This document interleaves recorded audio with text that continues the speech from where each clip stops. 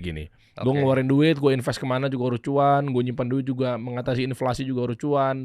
Akhirnya muncullah satu narasi Bitcoin yang benar, saham yang Ya. benar.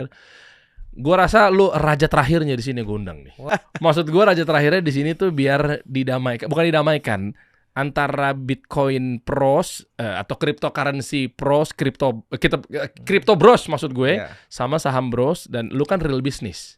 Ya, kalau ada bisnis. Bisnis itu mau nyata nggak nyata itu kan tergantung cara pola pikir dari mana kita memandang. Ada orang menganggap ini kasih solusi bisnis apa sih? Bisa jadi dianggap bukan sebuah bisnis. Ternyata ini adalah sebuah bisnis yang menguntungkan, dapat brand, dapat ads, dan bisa jadi lini bisnis lain di bawah kasih solusi dan sebagainya kan begitu.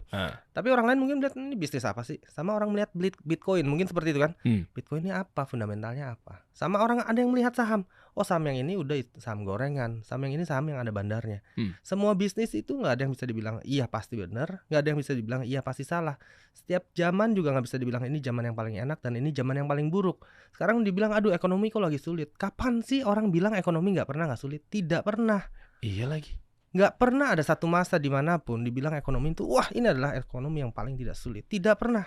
Di masa kepresidenan dimanapun wah selalu nih ini presiden yang paling buat ekonomi sulit. Selalu begitu. Nah itulah sifat dasar manusia, selalu mengeluh, selalu menyalahkan ini, selalu menyalahkan itu, mencari kambing hitam, selalu begitu. Itu udah sifat dasar manusia. Oke. Jadi kalau ditanya bagi saya, Bitcoin bagus nggak untuk investasi?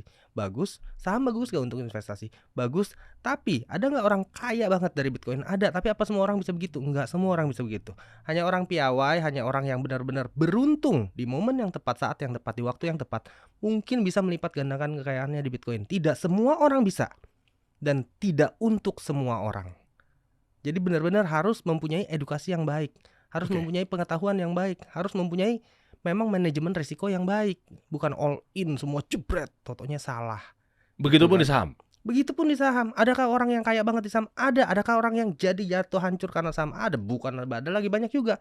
Bitcoin lebih banyak lagi juga, kan gitu kan. Jadi nggak bisa dong kita bilang oh Bitcoin lah yang paling benar atau saham lah yang paling benar.